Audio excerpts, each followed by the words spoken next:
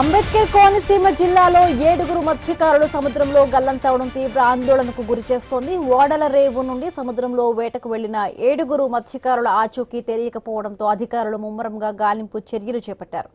మత్స్యకారుల గాలింపు చర్యలపై ముఖ్యమంత్రి చంద్రబాబు నాయుడు ఆరా తీశారు. మంత్రి అచ్చెన్నాయుడు అధికారులతో సీఎం ఫోన్లో మాట్లాడి పరిస్థితిని తెలుసుకున్నారు. గల్లంతైన మత్స్యకారులను ఎలాగైనా సురక్షితంగా గుర్తించాలంటూ అధికారులను ఆదేశించారు. కోస్ట్ గార్డ్, మెరైన్ పోలీసులు, నేవీ బోట్లతో గాలింపు చర్యలు కొనసాగుతూ ఉన్నాయి.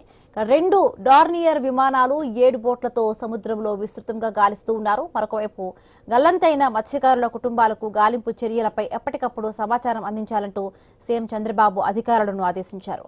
గల్లంతైన వారిలో కాటాడి సతీష్ కుమార్, కొల్లాటి శ్రీనుబాబు, కొల్లాటి యేసుదాసు, పాలెపు ఆదినారాయణ, సంగాని తాతారావు, పాలెపు శాంతారావు, కొప్పనాతి రామకృష్ణ వర్మ ఉన్నారు. తమ వారి కోసం కుటుంబ సభ్యులు తీవ్ర ఆందోళనతో ఎదురు చూస్తున్నారు. గల్లంతైన మత్స్యకారులకు సంబంధించి మరింత పూర్తి అప్డేట్స్ మా కరెస్పాండెంట్ గణేష్ అందిస్తారు. గణేష్, అంటే ప్రస్తుతం నేవీ, కోస్ట్ గార్డ్, మెరైన్, మత్స్యశాఖ అధికారులు ఈ రెస్క్యూ ఆపరేషన్ కొనసాగిస్తున్నారు. కోస్ట్ గార్డ్, నేవీకి చెందినటువంటి 7 బోట్లు, 2 విమానాలతో 300 నాటికల్ మైళ్ల పరిధిలో అన్వేషణ కొనసాగిస్తున్నారు. అయితే పారాదీప్ సమీపంలో ఒక ఎల్లో కలర్ బోటు గుర్తించడం జరిగింది. అది ఆ బోటా కాదనేది నిర్ధారణ జరగాల్సి ఉన్నట్లుగా ఇప్పటికే మంత్రి అచ్చెన్నాయుడు ప్రకటించడం జరిగింది.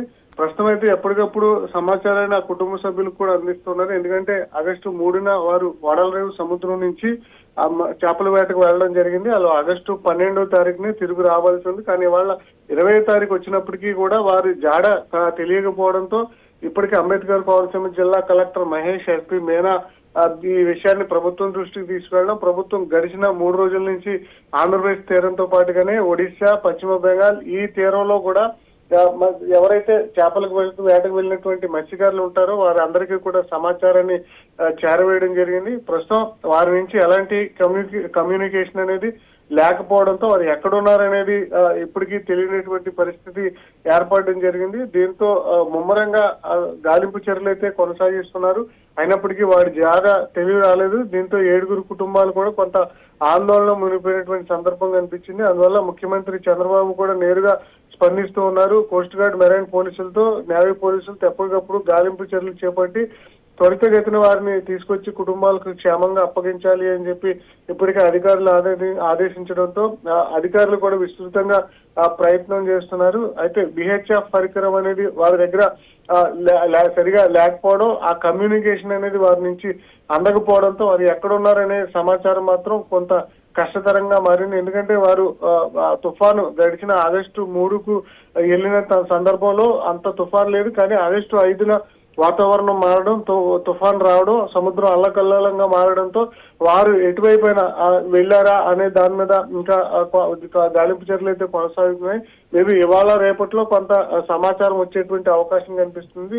ఆ పారాదీప్ సమీపంలో ఉన్నటువంటి ఎల్లో కలర్ అంటే ముత్యాలమ్మ బోటా కాదా అనేది క్లారిటీ వచ్చేటువంటి అవకాశం కనిపిస్తుంది. అది వాస్తవానికి విశాఖపట్నం నుంచి రీసెంట్ గానే కొత్త బోట్ ను తీసుకొచ్చినట్లుగా తెలుస్తుంది. ఇది అందులో అంత అధునాతన టెక్నాలజీ ఇంకా ఏర్పాటు చేయకపోవడం, అంటే అందులో 7 ఉంటే అందులో 7లో 2 కొత్త మత్స్యకారులు ఉన్నారు. మిగిలిన 5 అంటే సీనియర్ మత్స్యకారులే కావడంతో గతంలో వారు ఎలాంటి తుఫాన్లను ఇబ్బందులు ఎదుర్కొన్నటువంటి సిచ్యువేషన్ ఉంది.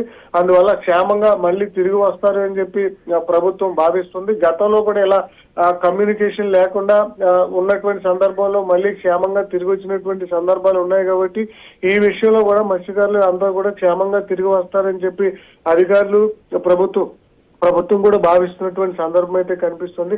మొత్తంగా ఇవాళకి అంటే వాళ్ళు వెళ్ళి 17 రోజులు కావస్తుంది. 10 రోజుల లోపునే రావాల్సి ఉండగా ఇంకా 17 రోజుల పైగా అవడంతో కొంత వాళ్ళు తీసుకెళ్లినటువంటి రేషన్, అదేవిధంగా డీజిల్ కూడా ఇప్పటికే పూర్తి దశకు వచ్చేటువంటి అవకాశాలు ఉండడంతో కుటుంబంలో కూడా ఆందోళన కనిపిస్తున్నటువంటి సందర్భంలో రెస్క్యూ ఆపరేషన్ ముమ్మరంగా కొనసాగించి తగిన సమాచారాన్ని కుటుంబ సభ్యులకు అందించే విధంగా ప్రభుత్వం అయితే ప్రస్తుతం ప్రయత్నం చేస్తుంది. మేబీ ఇవాళ రేపట్లో ఏదైనా సమాచారం వస్తుందా లేదా చూడాల్సి ఉంది.